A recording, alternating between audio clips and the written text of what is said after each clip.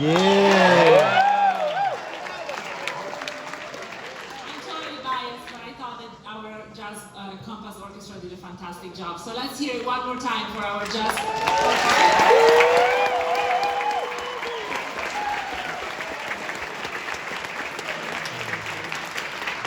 I'm sure you know that producing an event like this is a huge undertaking. Please thank all the students, worker, graduate, assistant, jazz faculty, and our incredible production staff under the baton of Dana Landry, our Director of Jazz Studies, for making this incredible event happen.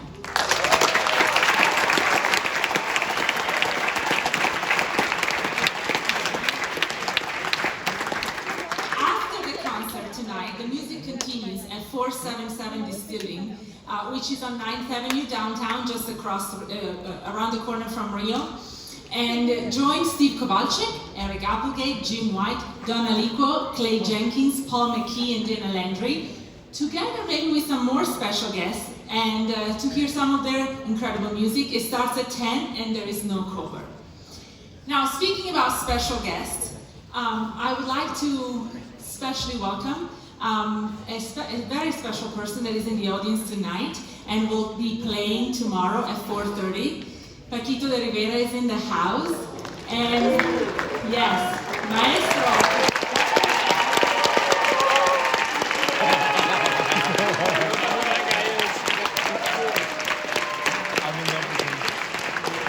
Estamos muy emocionados de tenerlo aquí con nosotros. Muchísimas gracias.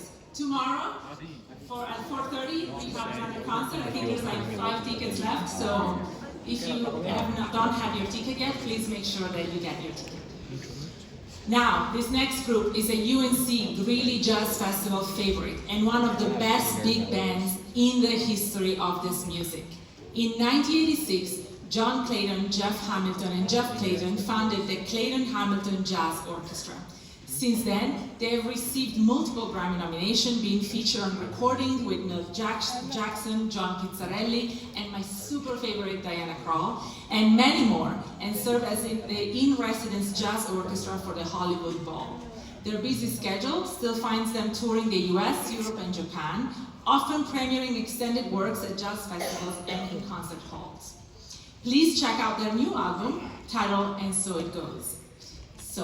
And so it goes, without further ado, welcome back to the UNC Greeley Jazz Festival, the Clayton Hamilton Jazz Orchestra.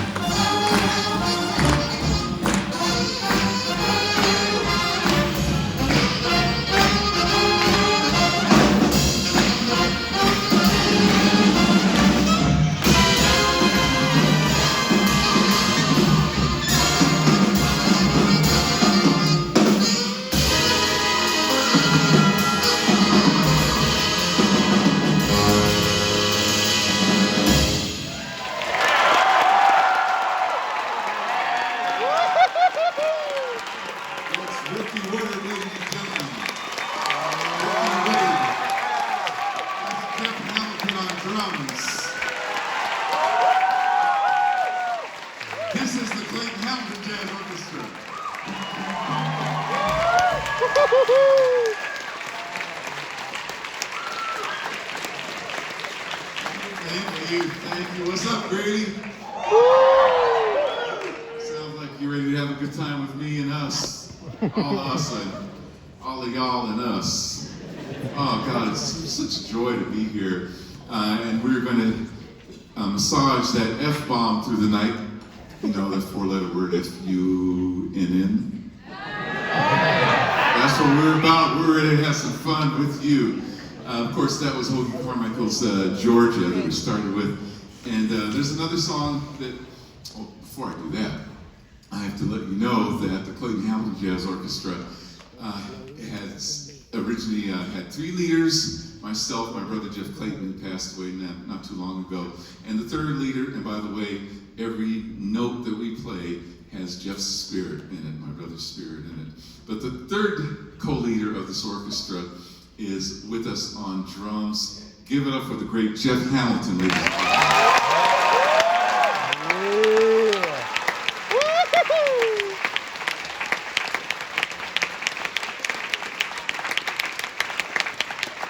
This is a song that you probably recognize as a wonderful composition and great hit by the composer Horace Silver. Hope you enjoyed the Jody Grunt.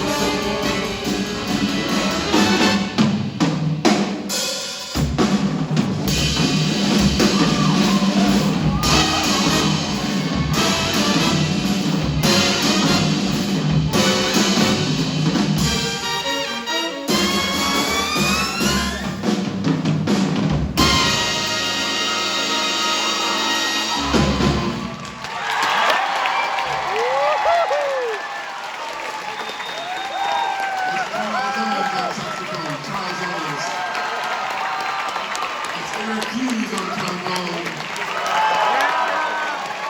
That's Jeff Hamilton on drums.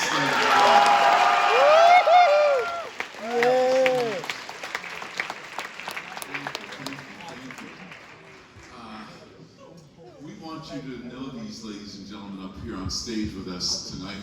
We're going to start off by spotlighting our trumpet section. Say hello to Aeronautic on trumpet, ladies and gentlemen. Dr. James Ford on trumpet. And a powerful lead, that's B. John Watson on trumpet. That's Clay Jenkins. And that's Ty Palmer. We're going to spotlight these gentlemen. There's of course, you know the great Thelonious Monk and all the amazing contributions that he's given to our music.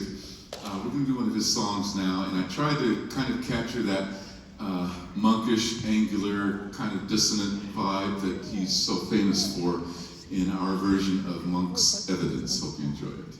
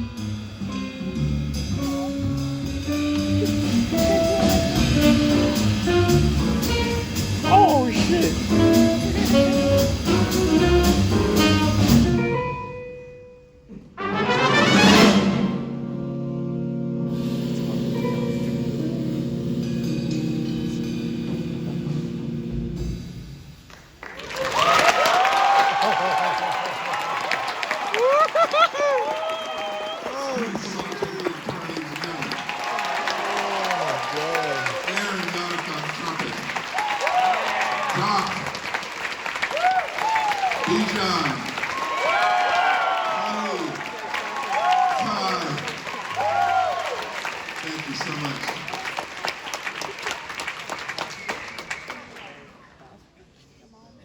Thank you very much. We would like to thank you for taking your time out of this busy schedule this weekend to spend some time with us and showing that you have such good taste in music.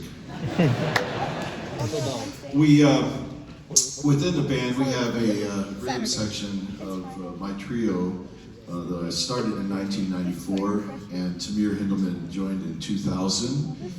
That would be 24 years he stuck with this. You don't seem impressed. And on bass, too late, pal. It's too late. No. On bass is John Hamer, who joined us 5 years ago.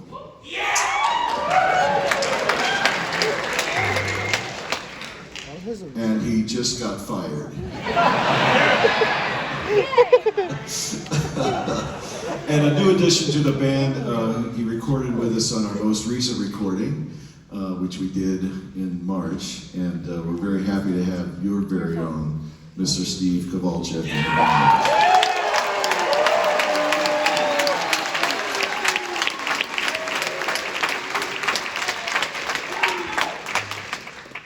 We're going to play an arrangement of Tamir Hindelman's.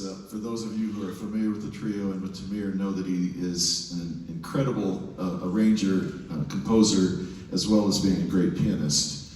And this is his take on Lullaby of the Leaves, the standard. It came about in a van, which a lot of our arrangements happen there. He's in the middle seat in the back, and I'm usually driving and doling out things that we need to do. We need this tempo. There needs to be a brush feature. There needs to be a bass feature.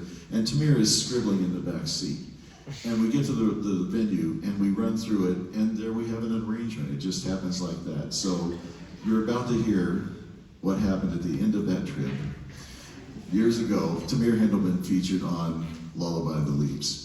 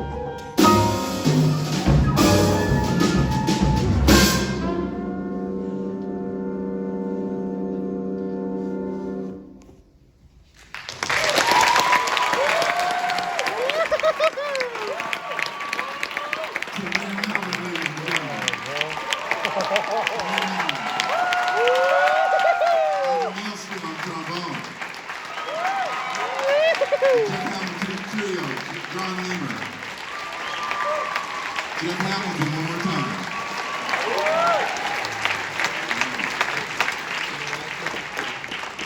Thank you. Well, we have one more song that I'm directly involved with. For those of you who think drummers can't write music, you're absolutely right. This is my entry into the band. I wrote it for a dear friend who loved this beat that we put on this, kind of a mojo beat. And so I wrote this tune for him. He was like my adopted uncle when I first moved to Los Angeles in 1978. His name was Max. So we're going to play Max for you. We hope you enjoy this. And don't believe drummers can't write songs. Even if this is terrible, drummers can write songs. Here's Max.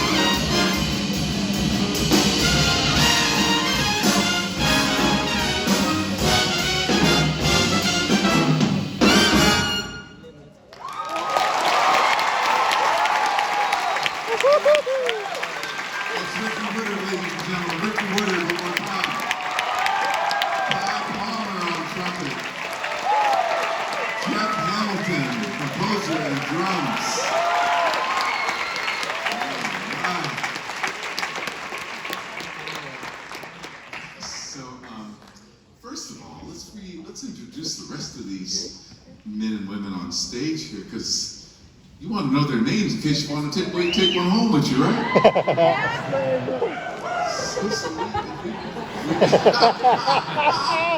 Well, then we have to start with the saxophone section, so you know what I'm saying? That's Adam Schroeder, ladies and gentlemen. Jacob Sesney. Keith Vidmons. One more time, Ricky Woodard. And this guy won't cost you too much. That's Charlie Owens on saxophone.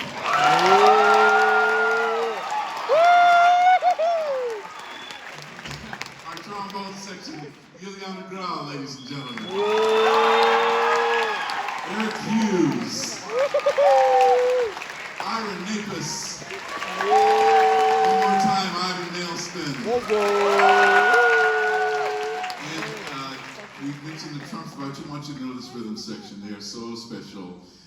Right here from Greeley area, you guys know him. He's a rock star. I'm talking about Steve Kowalczyk. Give it up, ladies and gentlemen. Tamir Hamilton on piano one more time.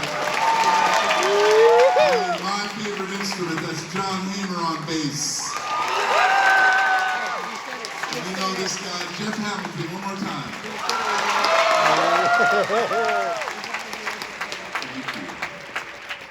So back in the mid-60s, America was going through some very challenging times. And this particular period of challenging times had to do with the civil rights movement. And also around that time, the great Louis Armstrong had a hit. He wrote a song called What a Wonderful World.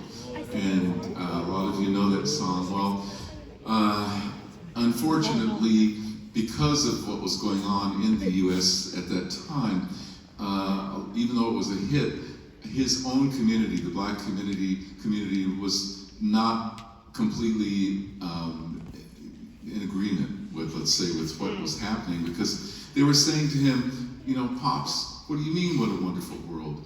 What about all these wars and pollution and all the other problems that we have, you know, all the social problems we have? It's not such a wonderful world. Well, Louis Armstrong, of course, very affected by that criticism, went into the studio, and you can check this out when you get home. You'll find two versions of it. He redid it. In the second version, he actually explains what he meant. And so you'll hear him say, hey, Pops, y'all saying, what you talk about? What a wonderful world. What about, like I said, all these things, pollution, war, da da da da da. And he said, all I'm trying to say is it would be a wonderful world if we just loved. If we put some love in this, then it's just going to be. And he goes, love, yeah, that's the answer, right? And so I did an arrangement of What a Wonderful World, and in it you're going to hear the beauty of the song. You'll hear the turmoil from the community that was so moved in a negative way by what Louis Armstrong was trying to express. But then, after that turmoil from the community, we go back to the beauty of the song and happily have a happy ending forever and ever. Anyway, here's our version of What a Wonderful World.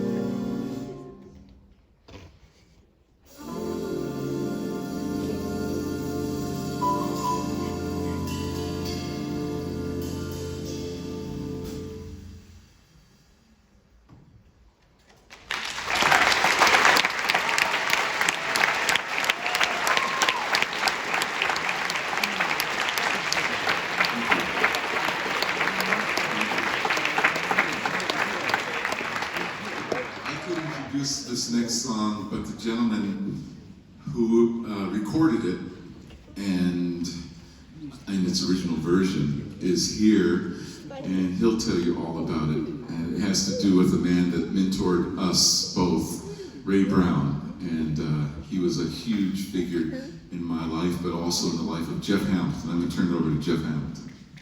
Thank you. Mr. Brown was a huge influence on both John and me, and I was invited to join his trio in 1988, and they had made a cassette recording in a hotel room in Chicago where Ray was playing his upright bass, Gene Harris, the pianist, was playing a Casio keyboard, and the drummer, the great drummer, Mickey Roker, who was the drummer in the trio at that time, was playing a Chicago phone book with a pair of brushes.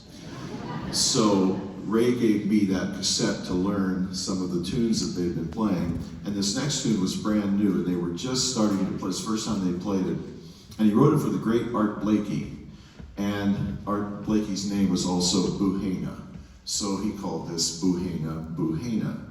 And the first time I played this was at the Lionel Hampton Jazz Festival in February of '88, and the first tune Ray called in the sound check was, "Let's do Buhena." I said, okay. So I picked up the brushes, and Ray looked at me and he said, "The hell are you doing with those?" I said, "The recording." And he says, "No, it's a tribute to Art Blakey. Pick up the sticks and get with it." I said, okay. So brushes on this have become a distant memory, and here's our tribute to Art Blakey through Ray Brown and John Clayton's arrangement of Buhena, Buhena.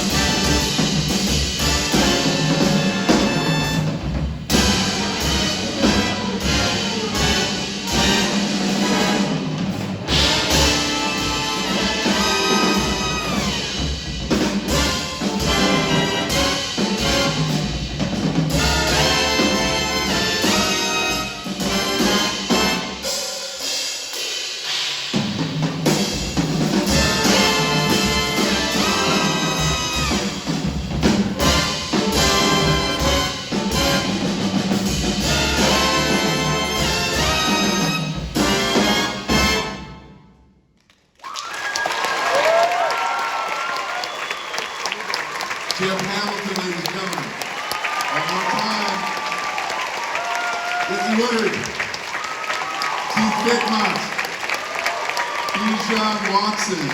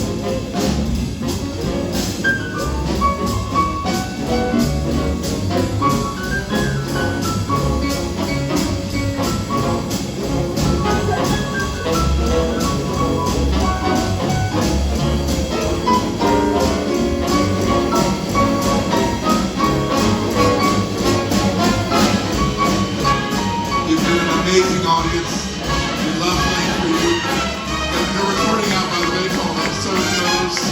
We look forward to the next time we play for you. Thank you, ladies and gentlemen. We love you. See you next time.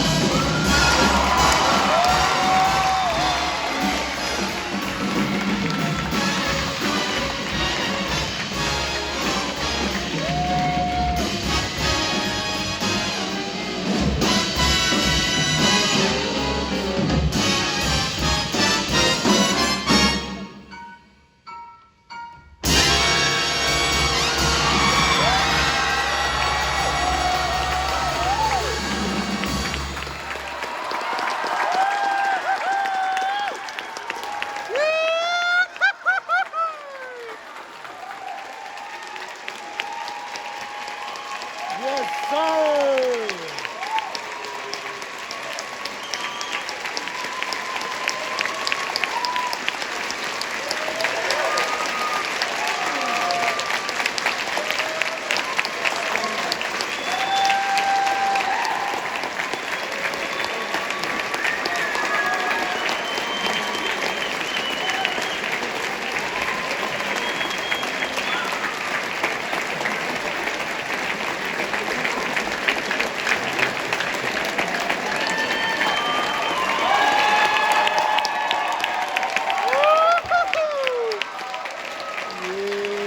Yeah.